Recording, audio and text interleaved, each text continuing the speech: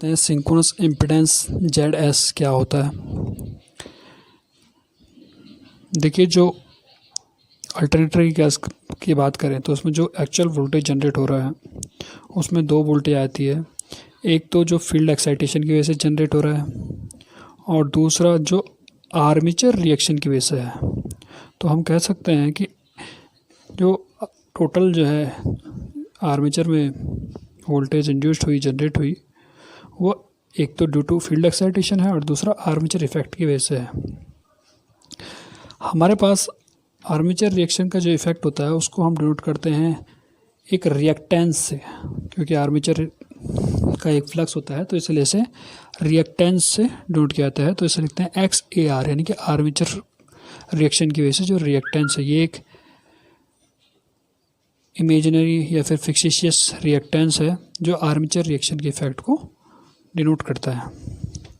तो अगर total reactance की हम बात करें तो एक तो आ जाएगा आर्मेचर का रिएक्टेंस, सेल्फ रिएक्टेंस या फिर लीकेज फ्लक्स का रिएक्टेंस, और दूसरा आ जाएगा आर्मेचर रिएक्शन की वजह से जो हमने एक फिक्सिशियस रिएक्टेंस माना है वो।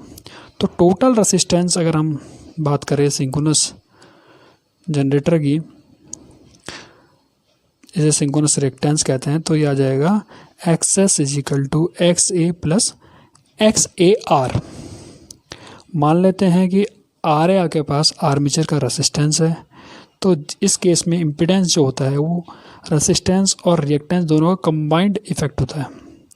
तो रेसिस्टेंस यानी कि जो आर्मेचर का रेसिस्टेंस है प्लस जो रिएक्टेंस XS है, इसको कंबाइन करके आपके पास ZS मिल जाएगा। तो फिर इसके आगे देखते हैं वोल्टेज की क्या इक्वेशन बन जाएगी। टर्मिनल वोल्टेज, यानी कि आपके पास सपोज ये मशीन है तो ये आउटपुट में क्या वोल्टेज मिल रही है वो टर्मिनल वोल्टेज है जो लोड में मिलेगी। जो यहाँ पर इंड्यूस हो रही है वो EA है। तो और बाकी इसमें रेसिस्टेंस और रिएक्टेंस की वजह से जो इम्पीडेंस बन रहा है वो ZS है। तो जो यहाँ पर वोल्टेज होगी वो हो जाएगी V = EA, यानी कि जो इंड्यूस्ड हुआ माइनस ड्रॉप। तो ड्रॉप में रेसिस्टेंस भी आ गया, रिएक्टेंस भी आ गया, तो कंबाइंड तरीके से ZS × IA कहते हैं। यानी कि जो यहाँ पर वोल्टेज बनी माइनस ड्रॉप = आउटपुट में जो वोल्टेज मिल रही है टर्मिनल वोल्टेज वो। तो इसको एक्सपेंड करते हैं तो EA = ZS की जगह हमने रख दिया RA + JXS। तो जब ऐसा करेंगे तो IA × RA, ठीक है, माइनस का साइन यहाँ पर है, फिर माइनस का साइन यहाँ पर हो जाएगा, JIA कॉमन आ जाएगा।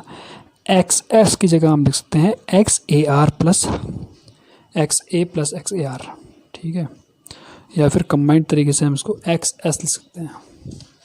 तो आपके पास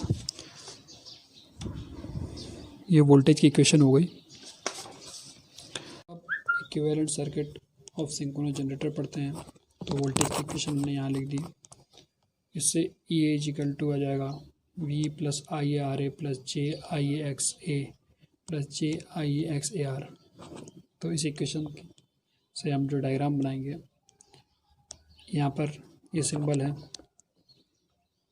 जनरेटर का, इसमें वोल्टेज EA आर्मेचर में इंड्यूस हो रही है। तो EA = ये ड्रॉप यानी कि JIAXAR प्लस ये ड्रॉप यानी कि JIAXA प्लस ये ड्रॉप यानी कि IARA + V। तो इस इक्वेशन से ये जो डायग्राम बना है इसे बोलते हैं इक्विवेलेंट सर्किट डायग्राम। ये जनरेटर की इक्वेशन को समझाता है और इसकी हेल्प से हम वोल्टेज रेगुलेशन भी निकाल सकते हैं।